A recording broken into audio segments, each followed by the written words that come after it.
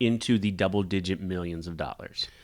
Well, is what he missed out on. It's easy to look back and be like, that was a dumb move. But you know what? At that time, there wasn't like a boys' toy market. Nope. You know, there was no. This was like the first action figure. Inspired by the adventures of our nurses, therapists, and techs, A Beer with Atlas is the only healthcare traveling, craft beer drinking podcast. Each week, we'll open a few beers, talk about the brewery and the style of beer, and then dive into some research curated specifically for each episode. In the end, we hope each one sounds like a conversation you'd have with your friends while enjoying a few cold ones.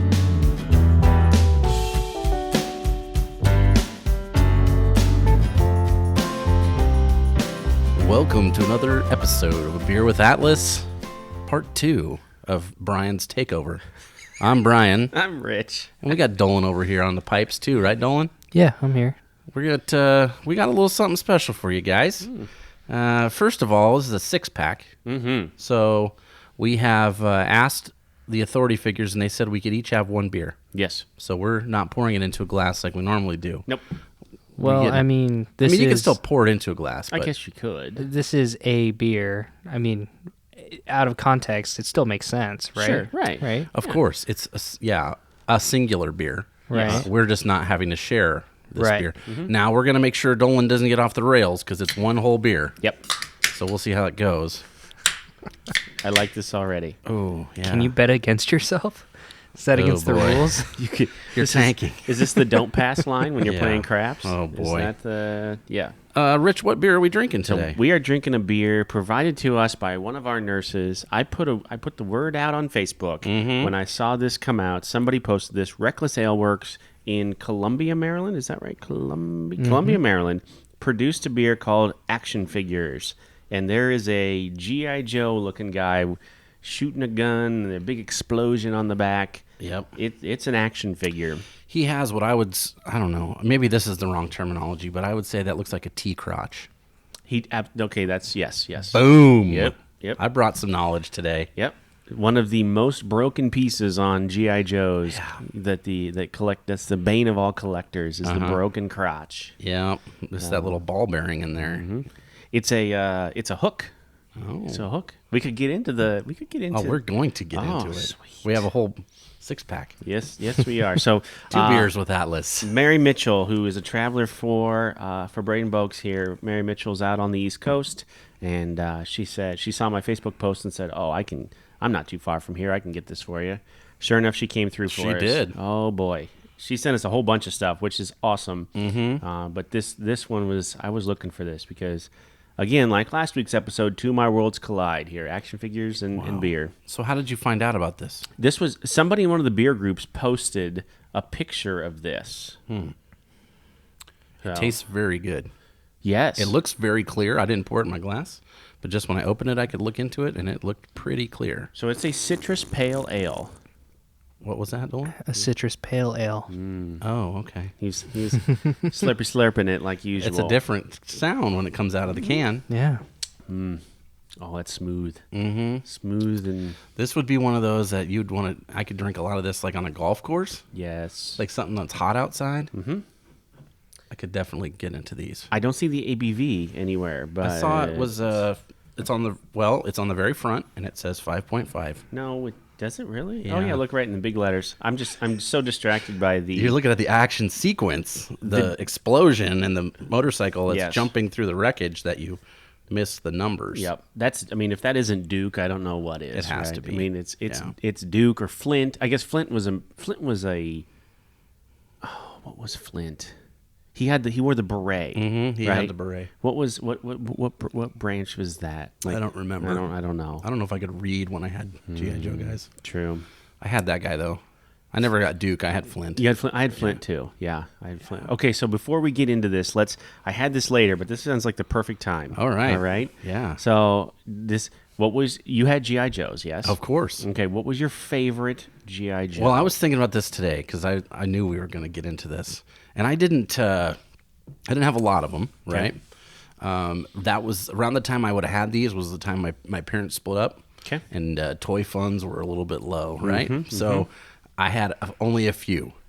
I remember buying Quick Kick from a friend of mine for $1 because he had a broken foot. Oh, okay. So he was like 1.5 foot Quick Kick. Ooh, a ninja with a broken foot. Yeah, he was. He really hurt the Joes when they would have battles. He really put them behind. Yeah.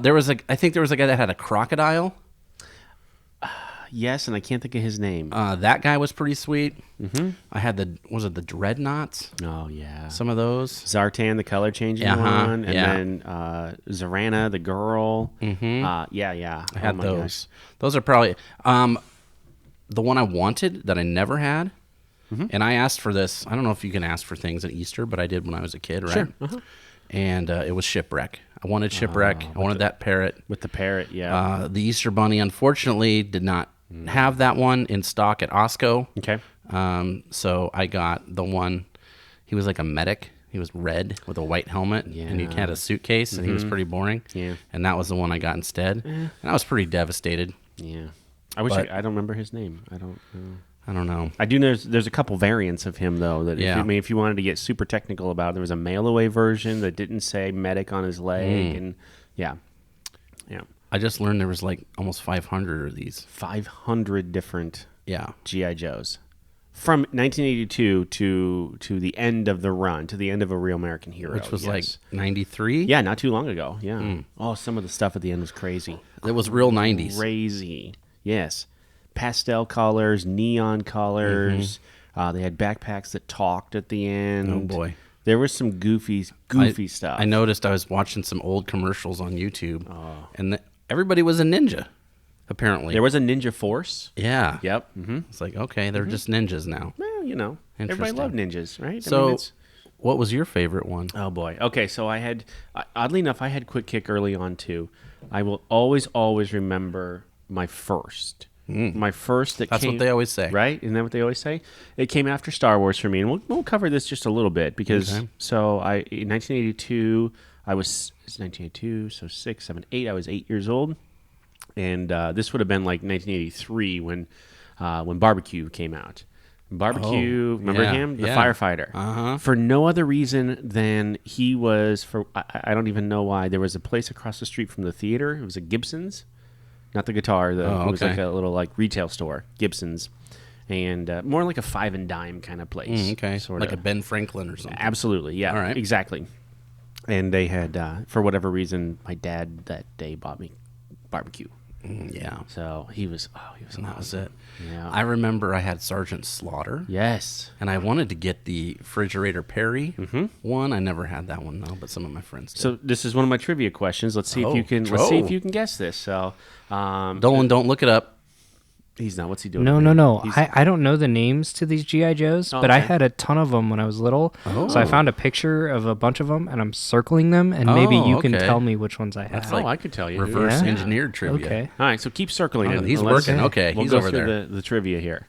So there have only, as far as I know, there have only been 3 actual people that have been G.I. Joes. Okay. Now, there have been others, like Larry Hama, for example. Larry Hama wrote the comic book for years, almost all 155 issues of the first one.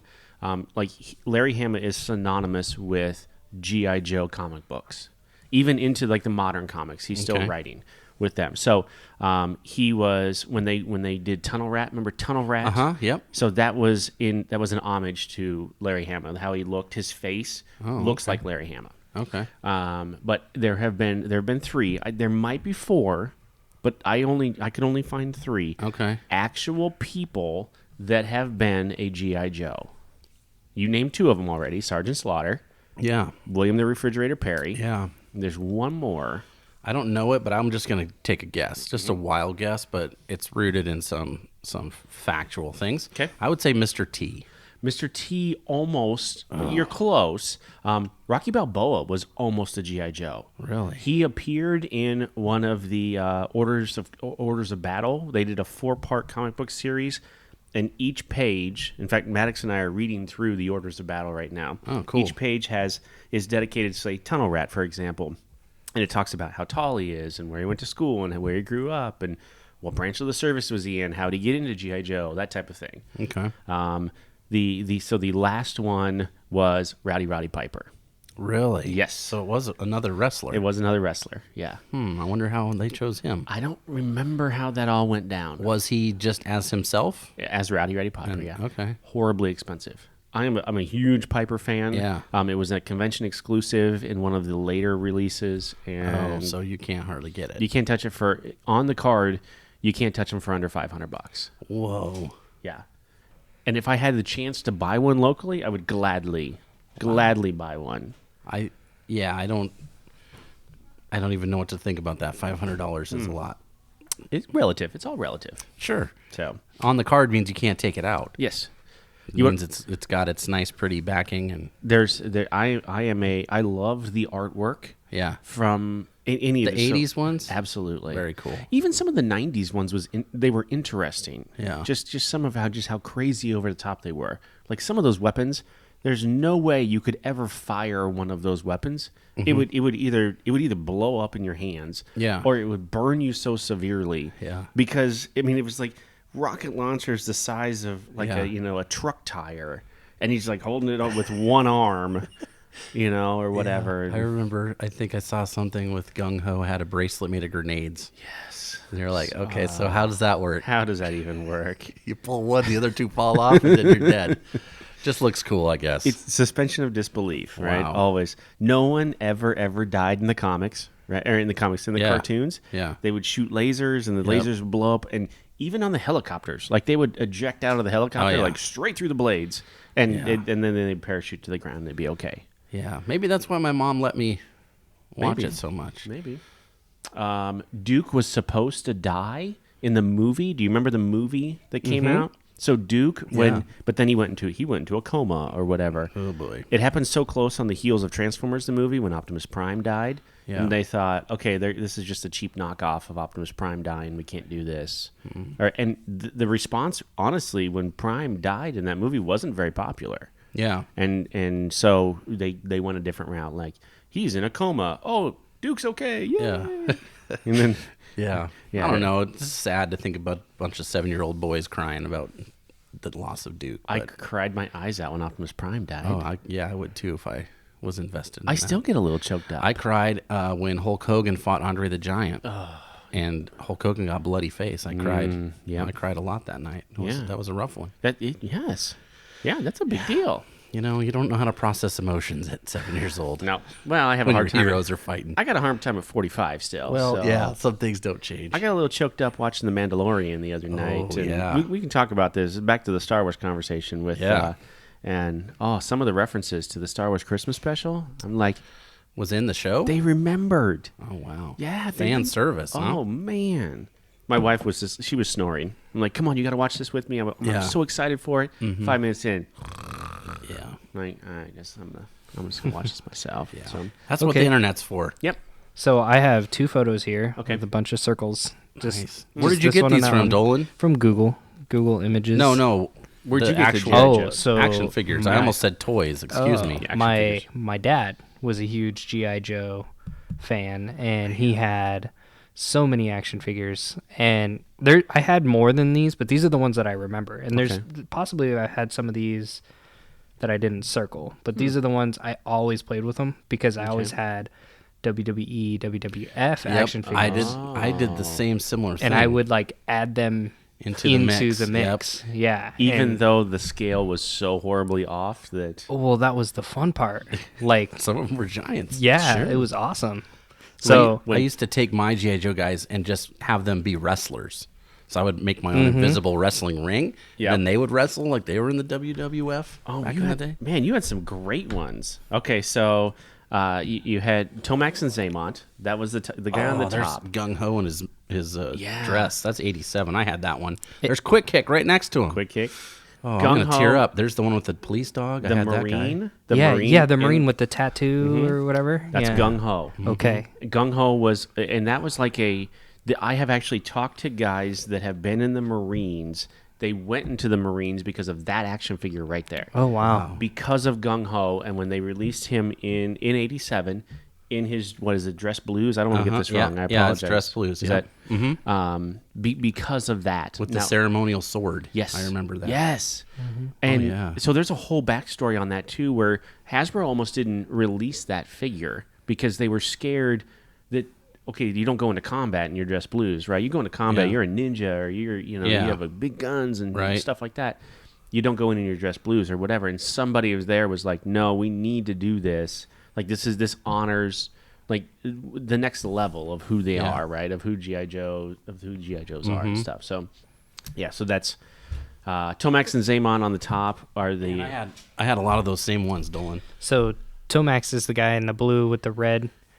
So that I is had correct. 3 of those. I had 3. So they were twins. They were mirror image of each other. Okay. 𝗂𝗵𝗲 had a scar on his face, and that's how you could tell the difference. Okay. And when you punched one of them, the other would feel it. Yeah. Yeah. My wife is a twin, and that isn't really a real thing, unfortunately. I don't believe you. She's lying to you. So who else you got? You've got a couple Vipers on there. Those are the guys with the mask? With the mask. Okay, I had the red and the black one, and then I had a white one.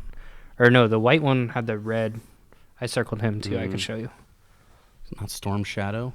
Storm Shadow's in the bottom. Snow Job is this guy right here. Snow Job. Snow Job, yep, Snow Job. You had the original Gung Ho. Yep. That's the original. The one with the tattoo on his Yeah. chest. That one, I remember that one a lot. You had, and there was 𝗂𝗵𝗲 on the down there on the bottom. The opposite, right? Okay. The exact opposite. I only knew that the red sash or whatever you'd This call is it. so crazy. Yeah. We're kind of like 3. We're not generationally different, but you're a few years older than me, and we're a bunch of years older than Dolan. And we all had the same action figures. I would have played. Out. I would have played G.I. Joe with Dolan's dad, probably. Yeah, that would have been gone to his around there. house and stuff. I'll do it right now. Yeah, let's do it right now. If you got some guys, let's do this, man. Oh, I'm sure he's got them somewhere. Yeah, I'm sure. Actually, I think I have them in storage somewhere. I'll buy them from you. Yeah. Okay. Yep. I like most kids, blew up, burned, destroyed mine, so I don't have any of them anymore. Those Yeah. So that was something that I got from my dad, as well as the micro machines, the ones that the super tiny ones. Yep. Yeah. Okay, so with all of this, so spanning the generations, right? G.I. Joe the concept was created by a guy named Stan Weston. Okay, and Stan Weston turned down $50,000. This is in the 1960s. Okay. Turned down $50,000 and a 1% royalty. Oh. Okay, for a lump sum payment of $100,000. So he took the $100,000. He took the $100,000. That's all he took. He should have kept the. He would have made millions and millions. If you watch the Toys That Made Us, they actually figure out based on like what they perceive as sales for Joe's, based on what Hasbro has reported or whatever, into the double-digit millions of dollars. Well, is what he missed out on. It's easy to look back and be like, that was a dumb move. But you know what? At that time, there wasn't like a boys' toy market. Nope. You know, there was no. This was like the first action figure. And $100,000 in the 1960s was a hell of a lot of money. You could have bought 2 houses with that. A lot of money. Yeah. So I get it. I totally get where he's. But oh my gosh. Yeah, we should go back in time and Yep. steal his idea and not take the money. Do you remember the so the theme song to the cartoon, right? Real American hero, right? Okay. Do you remember when the guy talked? Do you remember what he said? I looked this up because this was important. Like this was important. Like I don't think so. All right, here we go. I'm gonna give it to you. G.I. Joe is the code name for America's daring, highly trained special missions force. Its purpose was to defend human freedom against Cobra, the ruthless terrorist organization determined to rule the world. That was his little thing right there. So, in the UK, because it was worldwide. Okay. There were figures. There are figures from Brazil. There are figures they were being made everywhere. Hasbro licensed it out, or whatever. And some of those figures are highly collectible now. I'm sure, yeah. And they didn't have like Destro's name in Brazil was Red Jackal, and that's kind of like cool. crazy stuff like that. They didn't use the word G.I. Joe like in Brazil and Germany because there was still some there's left over from World War II and stuff like that. But it's only 20. Well, I guess plus Vietnam is like 20s, something from the 80s. So, yeah, it makes sense, I guess. So they called it Action Force. So Action like Force was the code name for the world's daring, highly trained special missions force. Yeah. Sounds like a movie with some marionettes in it. Absolutely. Yes. Yes, it does. Action Force. The common, the 3 3/4 inch action figure, the G.I. Joe, like my dad, your dad too. Yeah. Not Dolan's dad, obviously, Nope. but he played with the 3 3/4 Yeah. inch. But our dads would have had the 12-inch Yeah. G.I. Joes, and those were the original ones. When they came up with those originally, there was a proclamation sent out to the whole company that these are action figures. Yeah. If we're going to produce these for boys, Yeah. you can't call them dolls. Yeah, that's And right. If you call them dolls, you'll be fined. They were fining their employees internally, even if you had like a conversation, like you're getting coffee, you're like, "Hey, Brian, I'm working on the new doll project." Fined. Wow. Yep. You had to call them action figures. Yeah. And so Wasn't that's it where, something like also like Posable Action Man or something? Wasn't that like one of the other names? For it? Absolutely. Yep. Fully posable. Yeah. Fully posable was something that they used on every single package. They had that kung fu grip, man. Oh, the kung fu Pull the grip. fingers apart. Snap back. Yep. Dolan, this was amazing. Kung fu grip that's like legendary. And, I mean, it's been referenced in It's in a movies. Sublime and- song. Yes. Trading Places, he uses the kung fu grip in Trading Places when he's talking about if you don't get your kids the action figures with the kung fu grip, they're going to be mad right, yeah. for Christmas, right? I mean, it goes all the way back. Wow. Oh, I did a little YouTube deep dive today about some G.I. Joe stuff. okay. So I don't know. I don't want to step on your toes. We'll see how much do you got left. Not a little bit. Hit me with it, though. Just about how it changed over time. Yep. From being military to in the 70s, it was like they were like an environmental squad and they fought like wild animals because the Vietnam War was so bad and people were opposed to it and they didn't want them to not buy toys. So G.I. Joe in the 70s was like, let's go fight a tiger or big- a forest fire, and they were not a military endeavor anymore. Big Jim and Action Man and Yep. And then in the 80s, it was like about counterterrorism and not necessarily a world police force, but just to stop some bungling bad guys. Yep. Named Cobra. named Cobra. Do you remember? Okay, so I'm going to cross over into He-Man now. Okay, because let's do it. He-Man are action figures as well. Different scale, but created by Mattel to combat not only Kenner's Star Wars, but then from Hasbro's G.I. Joe. Okay? Yeah. And another fascinating story. If you want to go watch The Toys That Made Us, the whole story, there were some dirty old men working on the He-Man line. Really? Oh, it's hilarious. It's so funny. I need to see this documentary. It's great. Anyway, so they were reusing old molds because they had no money. Like they were just like, this isn't going to work. Yeah. So they're reusing old molds. So going back to the 70s, Big Jim had a tiger. Okay. Okay, so he had a tiger that was part of a play set or Sure. whatever. They took that tiger and they spray painted him green and they put some red stripes on him and he became Battle Cat. Battle Cat. Uh-huh. Remember Battle Cat from He-Man?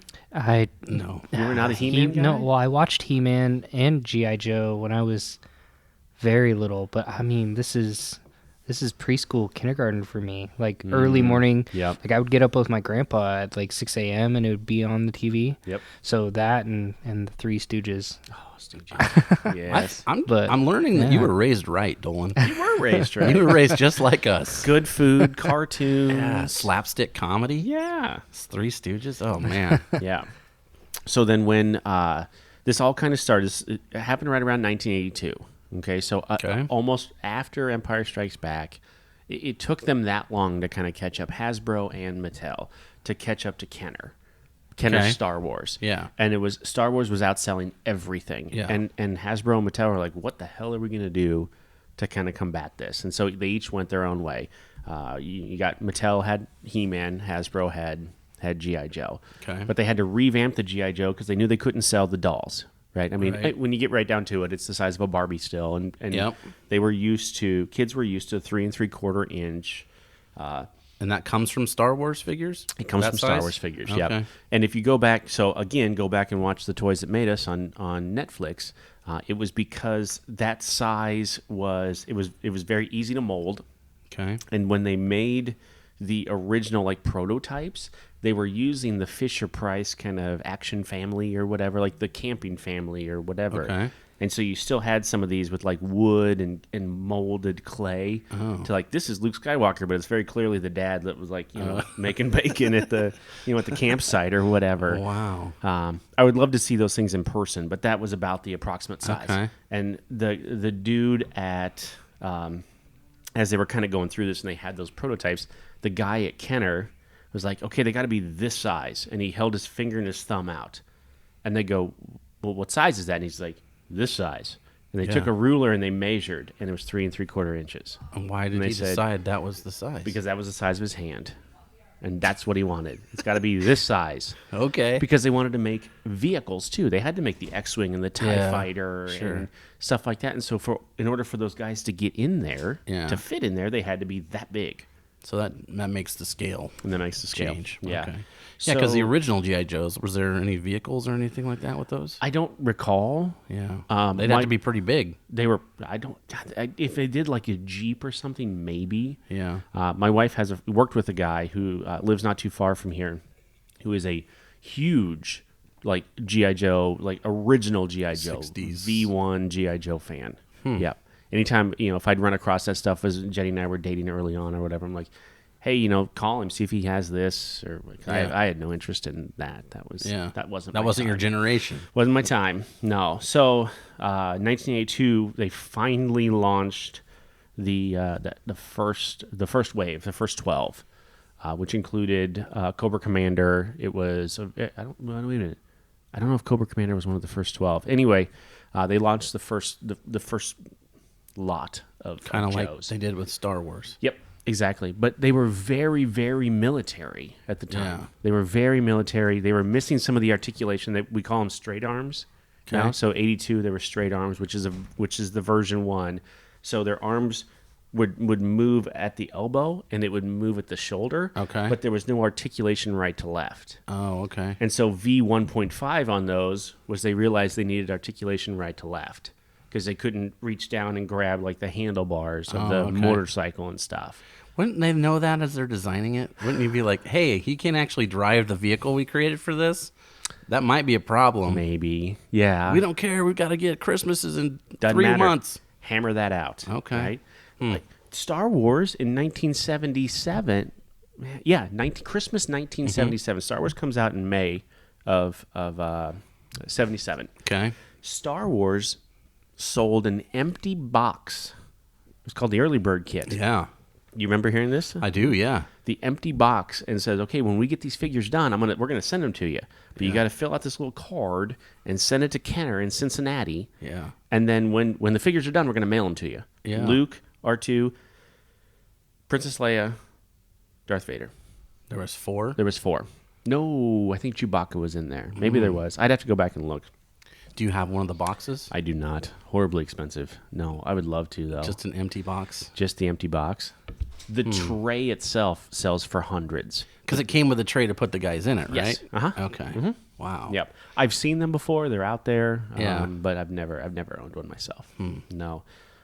So then they tried to match. They knew they wanted to have better articulation than Star Wars. But then there was another toy company out right then called the Micronauts. Remember the Micronauts at all? Yeah. The Micronauts were highly articulated, and they're like, nope, that's too much. Was it more expensive? Way more expensive. That makes sense. Too many moving parts and pieces, and which is interesting because it was owned by Takara, and Takara ends up being one of the companies that licenses Transformers to I want to say Hasbro, and I think that's wrong, here in the States. Okay. So like the original Soundwave and the original Optimus Prime were all, again, another Toys That Made Us. They're all about the Transformers. Super interesting about how the Japanese hung on to, and we licensed, the United States licensed those characters for years. Yeah. And had some input on like what they transformed into, but for the most part, like the Japanese controlled it. They're like, this is what you get. Yep, exactly. Oh, you want a race car? Here you go. Yeah. Oh yeah. Oh god. Soundwave was the best, and then Blaster came next, right? I mean, Blaster was the. It was like a boombox. Yeah, right? He was a boombox. Yeah, cool. I remember I talked my brother into buying Perceptor. Perceptor was a microscope. It was the worst. What a weird. He Yeah. transformed into a friggin' microscope. Like, wow. Oh, I talked. What would be useful? Oh, microscope. Huh. It actually kind of worked, but I talked him into buying it. It was awesome. Like you could actually look through it? You could actually look through it, yeah. That's pretty There cool. were little slides you could get. All right, never mind. That's pretty good. It was pretty dumb. I actually did it as a goof, and then he was like, "Oh, I totally need this," or whatever. I hope this was back in the 80s. It absolutely was. I hope yeah. it wasn't like 2 years ago. I gave him one for Christmas the other year. That's awesome. That would be awesome. Yeah. So the modern G.I. Joe line, the one that came out in order to differentiate it from the original line, was called G.I. Joe, A Real American Hero. Mm-hmm. So, and that's how this A-R-A-H, that if you see that G.I. Joe A-R-A-H, A Real American Hero. That's how you know what version we're talking about. Yep. So that's I actually have I have 2 bits of research here that are the exact same thing. The animated series came later, and then the comic book came out. As they saw sales decline a little bit after the initial launch of just the Army Men was okay. Yeah. But then they saw sales decline after that, and they thought, okay, we need something to back this up. And so, much like with the He-Man comic, the little comic books that would come with the He-Mans, and remember those things, the little small ones. Yeah. They launched in conjunction with Marvel, launched a comic book series. Ran 155 issues. Larry Hama had done a bunch of different stuff for Marvel at the time, and it was almost a punishment to him. Like this was an afterthought. Oh, really? Yeah, and like he didn't really think it was that great of an idea, but it was work. Like you talk to him now, and he's like, "Well, work is work," and so I took it, and never thought it would turn into what it turned into. Like the dude is the godfather of G.I. Joes for all the work that he's done. So, what do you think it is about that resonates with people our age? That's a good question. I think the cartoon had a lot to do with it. But there was never really any resolution. No. To anything. No. Did there have to be, though? Was there? Was it just to be entertained? That's why we're still talking about this 40 years later? Was just because we could watch it on Saturday? Yeah. Oh, okay. It peaked in 86, and then the next year sales declined dramatically. You have any guesses on what happened to cause the sales decline? I would say it was the introduction of the Nintendo. You're close. Ooh, okay. You're close. What is it? The introduction of the Teenage Mutant Ninja Turtles. Ooh. Yeah. I had a couple of those. Not very many. Yeah. I had them all. Did you? Yeah. That's getting a little bit closer to. Right? I loved Ninja Turtles. I had everything. You still got those because the Softhead Turtles are worth some money. So. No, I don't. Okay. No. What good are you? Yeah, exactly. Heroes in the Half Shell, Turtle Power. All the little weapons that came with it too. You know which ones I had? I had 2 of them. Which ones? Splinter. Okay. Which sucks. What are you going to do with him? That's boring. Yeah. And then I had Bebop. Bebop. Yeah. You didn't. I didn't even have. Yeah, you can even play with those. I was like, thanks a lot, Mom. I don't have anything to do with them, so I just had Splinter, just chilling, just a rat with a cloak on. My favorite one was Casey. Casey Jones, Casey man. Jones. That was another one I integrated with my WWF. WWE. Casey Jones would whoop all their asses. That's for sure. He was And bad. he did. He was from the streets, man. He was a bad man. Yes, without a doubt. And his hand was made perfectly for the WWF weapons. Oh. So I could change out his baseball bat with a steel chair. And, Oh, wow. yeah. Look was at awesome. you. That's resourcefulness right there. So, 1985, they released the largest action figure playset to date. And I believe it's still the largest action figure playset that's ever been sold. The USS Flag. Yeah. Retailed for $110. That's a lot. Which is approximately like almost $255 right now. So imagine a toy a play set right now. You would have to go down to Walmart and buy for $255. Probably not going to happen. That's not a video game, and it didn't happen in Most 1985. people, yeah. No, so Who has one of those? nobody I know. Really? Nope. Now here's the thing: they'll pop up every once in a while. There's a whole aftermarket for parts because the parts broke very easily. The plastic on the inside, they kind of formed the guts of it. Were very, very cheap and fragile. Oh, jeez. And so the aftermarket on just those parts. Now I have a handful of parts that I've bought and sold over the years and traded and things like that. I have the guy that goes with it. Yeah. 𝗕𝗲𝗀𝗀𝗿. Oh. Yeah. Okay. He came with. You could only get 𝗕𝗲𝗀𝗀𝗿 in with the USS flag. So he's probably pretty rare.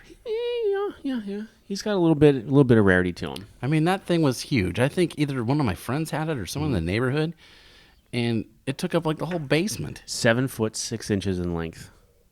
I don't even know. It's an aircraft carrier. It's an aircraft carrier. Oh. 7 foot 6 inches in length. You could put 4 Sky Strikers on it, I think. It would take like all your friends to move it. Yes.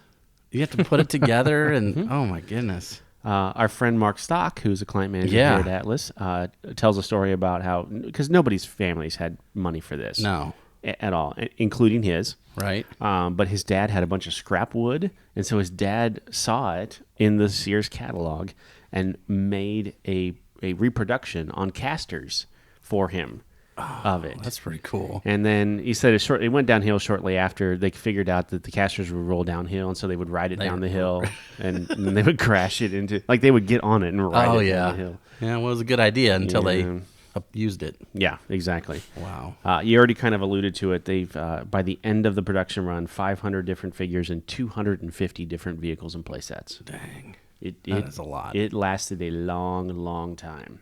So in the collectibles game, is this the most figures for one thing? I think it probably is pretty close, yes. Yeah, there were only, I want to, gosh, my friends would be really angry at me for this. 77 different Star Wars figures, I believe. That's pretty good. I think that that's not counting droids and Ewoks. But that's out of only 3 movies, right? That's exactly, yeah.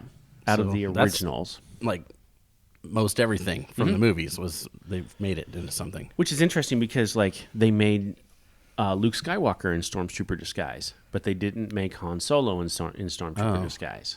There's any different number of, they did a bunch of different aliens from the Cantina, but they didn't do, like there was, Garindin was remember the guy that kind of had the long nose that turned in Han Solo in Star Wars, right? Yeah. In the Cantina scene where they're in the Cantina, and he goes, like that guy. Never made him. He was made later in different... That's weird. Yeah. He actually showed up. A Garindin showed up, and that was his name. I don't know what his species is. Shows up in The Mandalorian. And it's fantastic. I can't wait to see this show. Yep.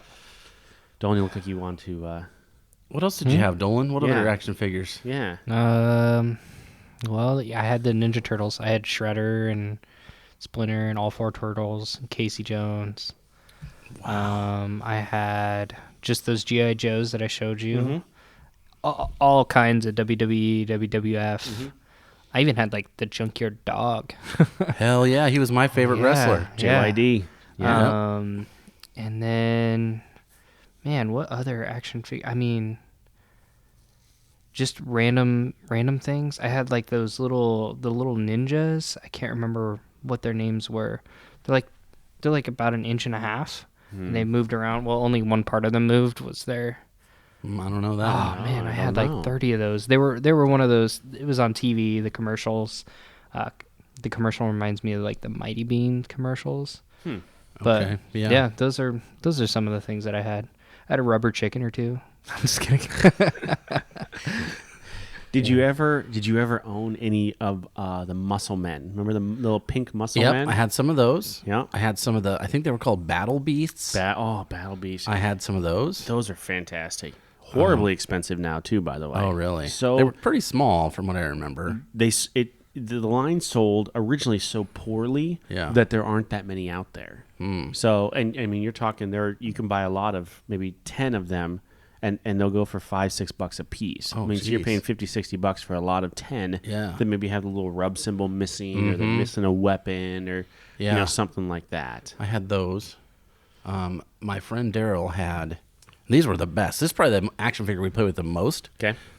Was a set of crash test dummies. Oh yeah. You remember from the commercials? They made like a cartoon. Yes. And then they had action figures, and he had those with a car or something.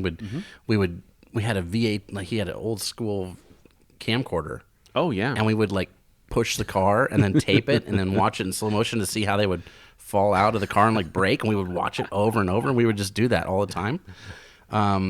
Ghostbusters, or the real Ghostbusters, they had a few of those guys. I remember like Egon's like eyes and tongue stuck out or something. Like his plop out tie of his popped head. out or something like that. Yeah.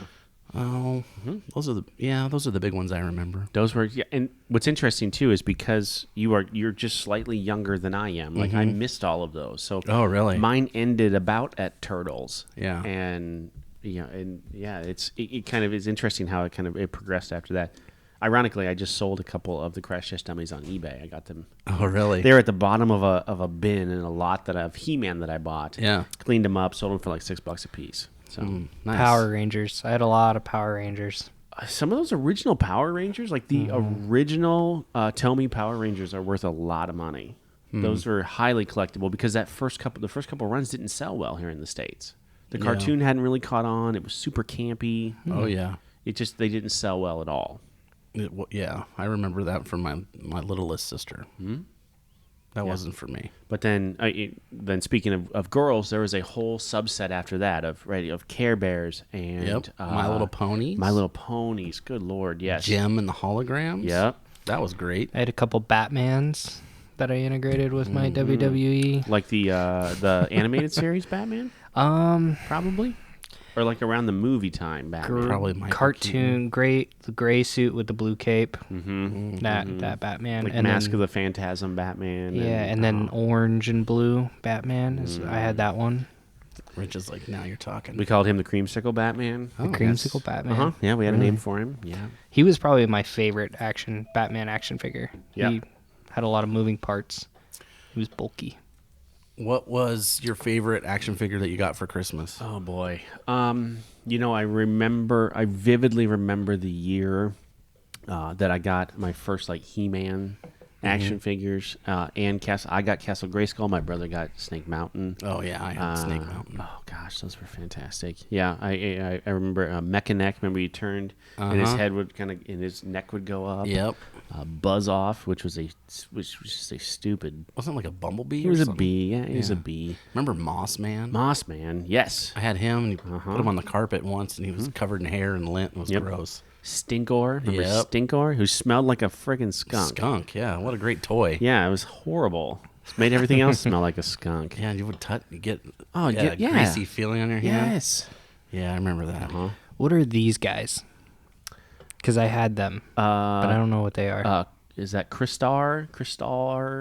Remco. So there's whole other. Remco is a classic from like the 70s line. They produce wrestlers, old AWA wrestlers. So early Ric Flair and guys like that. So the early wrestlers, very very bad, about the scale of a He-Man. Remco is one of those early to market but never followed through kind of companies, and so you'll see like a lot of those action figures right there, which don't. Is Crystar? Is that right? Yeah, it's Crystar and Moltar.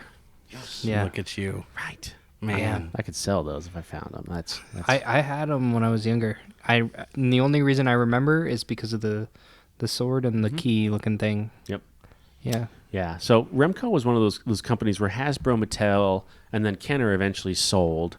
But they could follow through. Like they could create those. Remco kind of went 3/4 of the way and then put out a product. Oh. And classic kind of story, like we don't want to spend too much money, but kids will play with this, so just get it out on the market kind of thing. So early Remco action figures are fairly easy to come by, but always beat up, always just not in good condition at all. Who is still making action figures out of those companies? Hasbro is Bought out Kenner, right? Hasbro brought out Kenner. Mattel is still around. Okay. Jakks Pacific is. These would have been the wrestlers that Dolan played with. Jakks Pacific was that first kind of company. Which there's a Toys That Made Us coming on just Jakks Pacific and how they kind of revolutionized the wrestling figure industry. They're still around. There's in fact some of the Star Wars figures that are coming out now, produced by Hasbro, have the Kenner logo on them again, which is kind of a fun throwback. Oh, so you see the Kenner logo on the front. So that gives you the little butterflies when you were a kid. See that logo. And even some of the, like I just bought one the other day because I'm 12 years old and I still buy action figures. Yeah. Don't tell my wife. I think she knows. Oh, she knows. In the move, I did a really, really good job of kind of just like, I know what I have. I have them. Most of them are in bins. I have them all categorized. I know, I have spreadsheets to go with them and whatever else. Well, as we're moving, we're redoing the basement in the new house, so I got no place to put my stuff. That was an error. That was a critical error. Yeah. Because she's like, you have 3 bins that just say He-Man. Yeah, and you're like, yeah, it used to be 5, so you should be happy. I sell some of this stuff. Yeah. Oh, I can so relate with all my music equipment. Right? Like, so why do you have this bin of cables? Well, that cable goes to that amp, and these cables can be used for this setup that I'm eventually going to buy. But I've been saying that same thing for the last 3 years. Yeah. Did your wife give you grief about going to concerts? You go to a lot of concerts. So. Not so much. Like, do you really have to see the 𝗕𝗵𝗲𝗏𝗍 for a 12th time? No, because she would be there with me on that one. Okay. We used to go to concerts together a lot. Okay. That was kind of our thing to do. So Gotcha. I think she probably probably the same for all of our wives now that we're all married here. She knows how important it is to me. Sure. And it's like, when you cut me open, that's what's in there. And that's in my DNA. It's music and live music, to see it and appreciate it. Yep. So I don't think she's ever said, in the hundreds and hundreds of times I've gone to a concert by myself, like, do you really got to go to this tonight? That's or really. Sometimes she'll be like, $150 for tickets. And I'll say, well, I had to buy 2. Oh, yeah. I thought maybe you'd want to go. Wink, wink. Usually she doesn't want to anymore. Right, exactly. So, but no, she doesn't really. She'll say that about when I bring home records from the concerts, like I did last night. Yeah. She'll be like, really? Another record? Another record. Yeah, it's great. I need it. Like she's always, and maybe I do this, maybe I use this too much. Okay, you don't understand. Like, if I didn't buy this now, I was not going to get it. Yeah. And this was a deal. Like, I got a deal on this. A deal for $150. Well, yeah, maybe it retails for $200 now or whatever that is. And I don't know. I bet she understands. She deep down, she knew what she was marrying. Like, she 100% knew. I had a lot of this stuff before we got married. Yeah. And the traits. Absolutely. I have the collector's trait, the gene. It is in me hardcore. That was my last question here is, if you could only choose one thing to collect, right? Because, I know you're a collector. Yeah. Dolan, you've, with music equipment and stuff, I know you're a collector as well. If you had to choose, like, just one thing, like, you could only collect this, everything else has to go away. Yeah. Everything, like, what would that be? And collecting, I guess, would be, like, experiences for you going to concerts and things like that, too. I would keep records, my vinyl record collection. It's one of my smaller collections. Okay. It's still in the hundreds, but it's not like my 4,000 CDs that I have. Sure. But, yeah, I would keep those. Dolan? Guitars. Yeah, bass guitars. You choose the cheap one, obviously. That's the least expensive out of. I'm being sarcastic. Clearly, I'm being sarcastic here. I was like, what? Yeah. What about you? If I could only collect one thing from here on, out of everything, it would. Man, that is so tough. It would. Oh man, it would be Star Wars. Yeah. It really would. I'd give up He-Man, I'd give up G.I. Joe, I would give up Captain Power, I would give up it would be Star Wars. Yeah. Well, let's hope we never have to make these decisions. Yeah. Oh, yeah. I don't want to stop my stuff. No, not at all. I'm so scared. I started maybe a couple months ago when that Batman special edition came out, the comic. Yes. So that kind of started me a little bit, and I thought, well, it'd be kind of cool to buy some of these for my kid, just either not to keep them or read them really, but just to like decorate with them, kind of like what we have in the office here, like in cases. And I thought about, it'd be cool to build something where you could slide them in, kind of like baseball card sleeves, and then take them out, so you could change it out all the time. Yep. And you can get, old comic books pretty cheap. Yeah. And I thought, this would be cool. And I went down and I bought maybe 15 of them just for the artwork alone. Sure. I didn't care who was on it, what was in it, just what it looked like. Yep. And then I was like, I could get some more of these. I this. This is cool. That one's really cool. Look at this art. And I could feel myself being like, ooh, I better not go down this road. It's sucked in. So I've only bought them twice. And I stopped there, thankfully. So as of this recording, it's a Wednesday. Yes. Wednesday is New Comic Book Day. Would you like to go with me to the comic book store and see what new comic books are? Oh, boy. You gonna get sucked in again? Yeah, because it's so you know what? easy. I am very easily influenced and peer pressured, so the answer is yes. Yes. Yeah, that's a yes. So I again, thank you, Mary, so much for this. This was a fun trip down memory lane for both these episodes. Yeah, for sure. Both of these. We got a little brewery information, don't we, Dolan? Ooh. Did you do some brewery information? We looked it up while we were getting set up here. And one of the things, the main thing that's kind of stuck out at us right away was this brewery also has axe throwing at the brewery. At the brewery? So not necessarily, here in town there's bars that do this. Right. But this is at the brewery. And the brewery itself looks like it's a huge space. Well, I don't know if it's at the... Or their tap room, maybe? Yeah, it's at their tap room. I don't know if that's separate from the brewery, because the only location that they have on here is their tap room. So I assume it's probably the same, or they might brew somewhere off-site. I don't know, because the picture that is on their website, it's a huge building. So I'm guessing it's all in that one spot. Yeah, probably. But yeah, they're currently taking reservations for axe throwing parties of 6 or more. Sign us up. It's holiday time. Sign us up. Let's go. Yeah. Let's go down there. Maryland. They had, what else? Pool, it looked like, or so foosball tables, dartboards. It was a huge... Ping pong, basketball, darts. Yeah, it had a basketball hoop in the brewery. Yeah. This is awesome. Crazy. Shoot some Jays. The scary thing is the basketball hoop is in between the dartboards. It is. Oh. So I think it's like a form of extreme basketball. But it's not like actual metal tip darts. It's like bar darts. So it wouldn't really hurt you too bad unless it was in your eye. You're going up for a rebound and you get a dart in the shoulder. Yeah. You just got to make those shots. Yeah. Pressure's on. Yeah. Yeah. So, yeah, they got all sorts of things and looks like a lot of fun. I honestly would go. It definitely looks like a party spot. Like more than some of the breweries. A lot of the ones we see featured are like, a good place to sit down and talk or like play a board game or something. This one looks like you want to go here and just have fun. It's like an activities place, it looked like to me. Which is just doesn't surprise me at all. I mean, if they did a beer called Action Figures. Yeah, I guess that makes sense. That doesn't surprise me at all. I didn't put that together. The most people you can have in a party is 20. Just for axe throwing? Put that. Yeah. I don't have that many friends. No. Six to 20. Yeah, employees. Oh yeah, true. Forced fun is most of them don't fun, like right? me anyway, so I guess just don't get in front of where the axes are getting thrown. $30 a person. For how long? For let's see. 45 Did minutes? we do one of these at a Yeah. Atlas meetup? When Colette and was it Polinsky that went? Yeah. To Duke. Yeah. To Duke. I want to do this sometime. I think still so, have too. never done it. 1.5 hours of axe throwing is $30 a person. I think my arm would fall off after an hour and a half. Hour and a half. That seems like a lot of time. I would. But I don't know. There's like a tournament bracket thing that Holy looks cow. like comes with it. So it must be like a whole thing, ordeal here.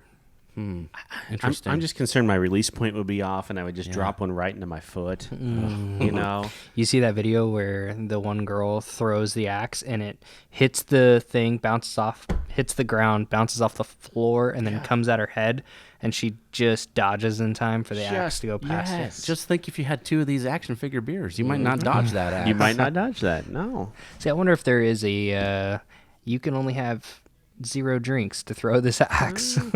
It seems like it would be a good idea, You'd think so. but also it's at a brewery and there are bars doing this too. So 𝗪𝗶𝘁𝗵. Yeah, I guess.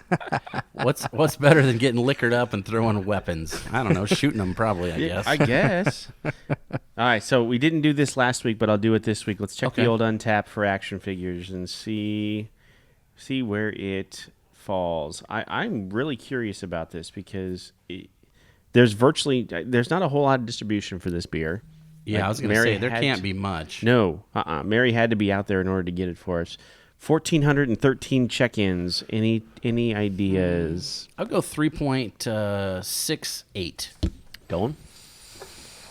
3.32. 3.55. Right in the middle. Yeah. It was a good, easy drinker. There's nothing wrong with it. I liked it a lot. Yeah, I did too. I like their logo has, basically, that's the Maryland flag. Yes, it is. Kurt Chase would tell us that, right? Yes, But he would, yeah. that's Maryland in there. That's kind of neat. I've never heard of Columbia, Maryland, though. Columbia, Is it a suburb of Baltimore? Columbia, yes, I believe so. I think. I don't know. I'm not 100% on this, so, yeah. The can says batteries not included. That's pretty awesome. That is pretty good. This was a lot of fun. So this makes it all worthwhile. Like, we've drank some good beers and we've had some good discussions, but you got any more of that trivia? You know, that was all I had. That was all you for had? That was Okay. all I had for you. Yeah. What's the most expensive action figure that you know of? I don't want to say. Oh, not that you have. Oh, that you said I had. I was going to plead the fifth. I don't want to put you on the spot. I know your wife listens to these sometimes. She does not actually. So okay. I could say, like, I spent $2,000 on action figures last month, and she doesn't know. Oh, yeah. Which isn't necessarily true. I'm right. not going it's a to. tall tale. Exactly. There are very, very expensive figures out there, like carded figures of Star Wars early, 12 back referred to the number of figures you would like they had on the back of the card. Okay. The packaging. So like the earliest runs. Darth Vader. Some of the early 12 backs go into the tens of thousands, if not hundreds of thousands of dollars. Holy cow. Yeah, I absolutely. think Dolan fainted. I think he did. $100,000. Some of the bootlegs. There are whole collectors out there. There are type collectors out there that only collect Chewbacca, only collect R2D2. There's a guy that I've listened to him on a podcast before that only collects C-3PO. Like, he is a C-3PO type collector. Is there enough? I mean, absolutely. I guess. Absolutely. Yeah. Oh my gosh. Yeah. Recently, I have. This is terribly embarrassing. Recently, I've started 2 new small side collections. Okay. One is Captain Power. Do you remember? I don't even know what that is. You know Captain Power? Captain Power was the one. It was interactive with your TV. Remember, you would get like this. It was like a space battle, and you put batteries in the ship, and the ship, like, it would flash on the TV, and like that would like do damage to you, or you could hit. I've never heard of this in my life. You could shoot the TV. Oh yeah, Captain Power is one of them. The other is the droids and Ewoks action figures. Oh, okay. Which I just.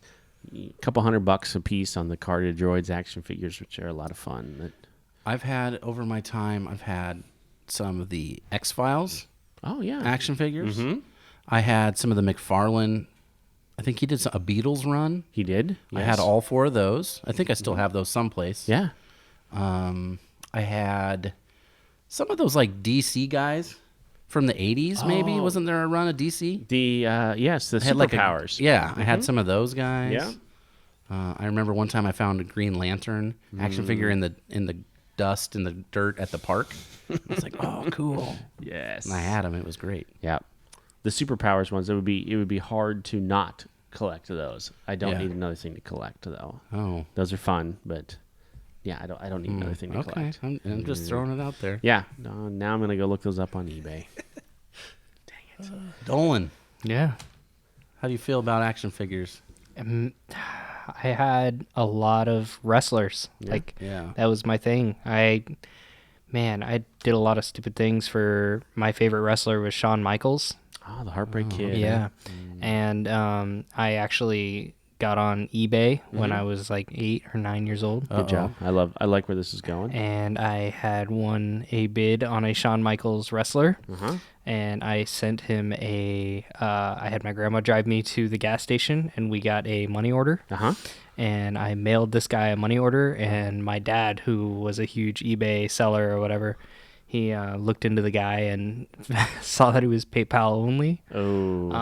And the money order was cash, but he replied, "Oh yeah, I didn't see that come in at all." And he also, I also put a little note in there like, "Oh my gosh, I've been looking for Shawn Michaels ever since I was in preschool. Thank you so much."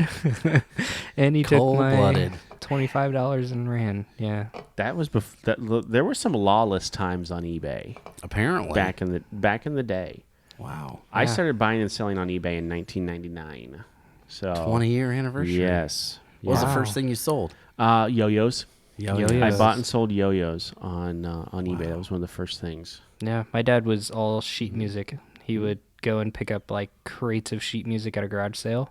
Oh yeah. For I don't know, like $1 or $2, and then he would sell each piece for $1 or $3. Before eBay fees were, it didn't make any sense to sell. Like if you sell something for $1 now, it doesn't make any sense. There's too many fees and everything else. But back in the day, fees were pretty minimal. You could pay you could mail a check or money order, and then they would then mail it to you afterwards. So the item. But there were some pretty lawless times back then. I just felt so old when you said when you were a kid you got on eBay and you bought a money order. I was like, what? I didn't even have a computer until I was in college. Oh man. Oh my goodness. Wow. I could talk about action figures all day long. All day long. So with that being said, we're not going anywhere for a while. Let's play with some action figures. Let's drink another beer. Thank you for listening to A Beer with Atlas. Special thanks to our brand team for producing the show. Each episode of A Beer with Atlas is powered by Atlas MedStaff, an industry leader in travel healthcare staffing.